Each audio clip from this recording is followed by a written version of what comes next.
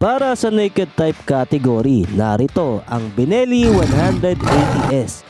Ang 180cc displacement ng Benelli na bukod sa very aggressive na look ay isa rin sa models ng Benelli na may 3 spark plug technology.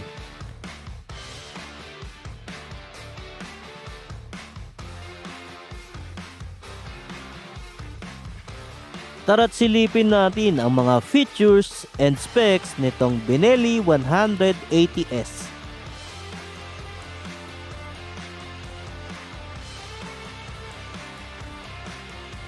Sa front wheel, ito ay may 17 inches aluminum alloy wheel with tubeless tire at may sukat na 180 by 17.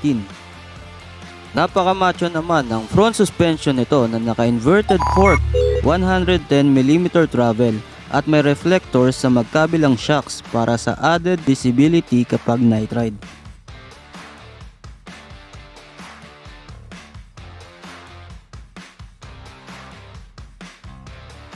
Pagdating naman sa likuran na gulong ay same as front na 17 inches sa aluminum alloy wheel, syempre with tubeless tire at may sukat na 130-70 by 17.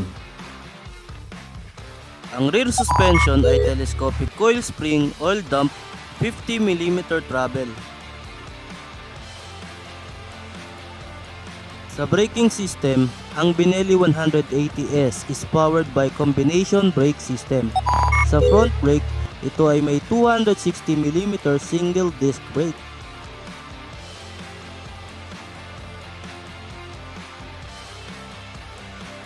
Habang ang rear brake naman ay 220mm single disc. Dumako naman tayo sa mga specs ng engine nito.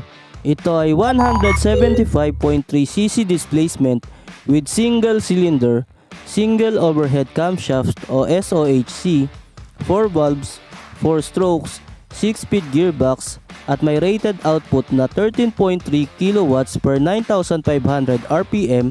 Ito rin ay wet multi-plate clutch, electronic fuel injection at ang 3 spark plug technology na kayang i-maximize ang power at mami-minimize ang emission o yung buga ng usok.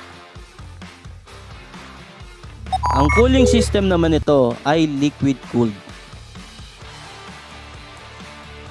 Sa exhaust system, ang Benelli 180S ay may maangas na sporty pipe with catalytic converter and oxygen sensor. Syempre maganda ang tunog nito na bagay sa aggressive look ng motor na ito.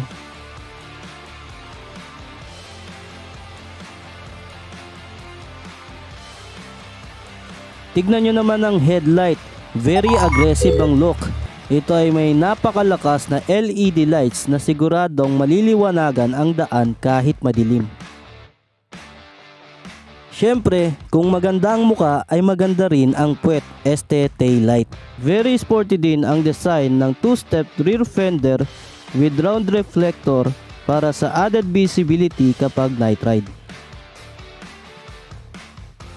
Narito naman ang mga buttons and switches na meron ang Benelli 180S.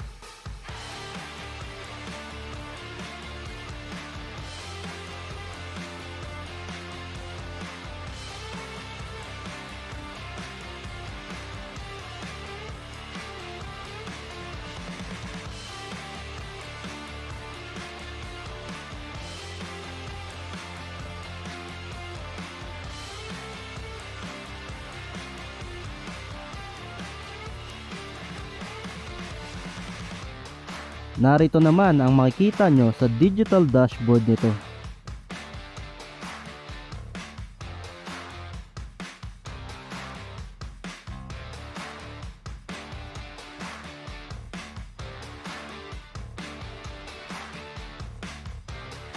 Isa pang factor sa pagiging maskulado ng Benelli 180S ay ang magandang pagkakadesign ng fuel tank na may wind tunnel design at seriously aggressive Italian style.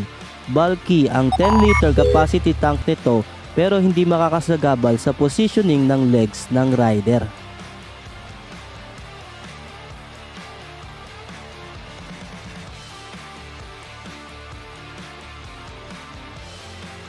Ito rin ay may magandang carbon look seat. At syempre kahit papano ay may seat din para sa backride. For Mrs. only.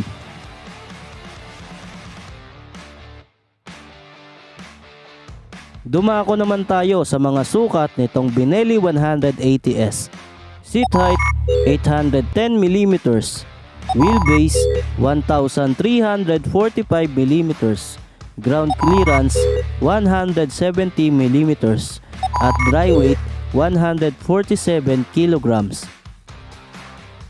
Ngayong nalaman na natin ang mga features and specs nitong Benelli 180S, ay de-drive ko naman ito. Let's go! Masasabi ko iba talaga ang pakiramdam kapag itong 180S ang dinadrive ko. Parang big bike na rin ang dinadrive ko. Yung positioning kasi nga naked type ito. Kung sanay kayo sa mga small bikes ay sanay din kayo sa positioning ng mga underbone motorcycles. Pero itong Benelli 180S kahit small bike din ito ay ang pakiramdam parang big bike ang dinadrive. Magaan lang din siya, madali i-maneuver, mabilis din naman, nabibigay niya ang tamang bilis na kailangan ko kapag kailangang marangkada o mag-overtake. Sa brakes, malakas din kasi naka-combi brake system na itong Benelli 180S. Kaya guys, kung gusto nyo mag-drive ng big bike balang araw, ire-recommend ko na dito muna kayo mag-start sa Benelli 180S. Big bike feels pero magaan at abot na abot ng mga katulad kong nasa 5'4 lang ang height.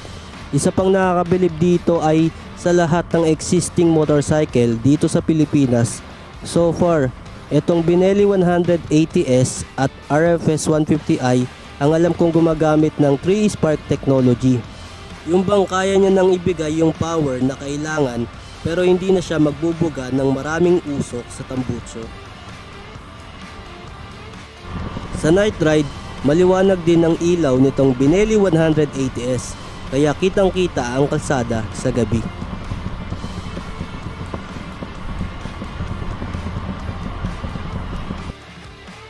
Ang Benelli 180S ay may current price na 137,800 at available sa colors na red, white, black at green.